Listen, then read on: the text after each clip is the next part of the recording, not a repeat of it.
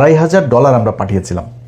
2,500 এই টাকা পাঠানোর পরে এখন হঠাৎ করে আরেক এই নুরু ফোন দিছে যে ভাই টাকা তো আসেনি। টাকা আসেনি মানে টাকা তো পাঠানো হয়েছে, ওর সাথে নাম বললাম না ওইটা।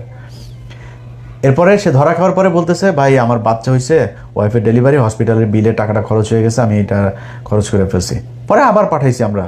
একজন দেশের বাইরে থাকা এখান থেকে পালিয়ে গেছে, নানাবিধ অপকর্ম করে, সাংবাদিকতা নামে চাঁদাবাজি করেছে, কিংবা আরেকজন পিনাকি ভট্টাচার্য ফ্রান্সে থাকে, তারা এখানে দেশকে অস্থিতিশীল করার জন্য বিভিন্ন গোয়েন্দা সংস্থার এজেন্ট হয়ে কাজ করে। বিএনপি কবে ক্ষমতায় যাবে, বিএনপির সাথে জোট করে আসন নিয়ে এমপি হব, মন্ত্রী হব, এই ভরসায় আমরা রাজপথে নাই। এমপি জয় বাংলা, জয় বঙ্গবন্ধু। আমি আশা করি যে মাননীয় প্রধানমন্ত্রীর কাছে আমার পরিবারের সকলের মোটামুটি একটা তথ্য আছে, সেখানে দেখেছেন যে আমার পরিবার আসলে আওয়ামী ব্যাকগ্রাউন্ডের, কিন্তু সেই আমার মনে হয়েছে যে তার মধ্যে আমার মায়ের চেহারাটা আমি কিছু। একই মানুষ কত রূপ ধরতে পারে সেটা আসলে বোঝায় কঠিন।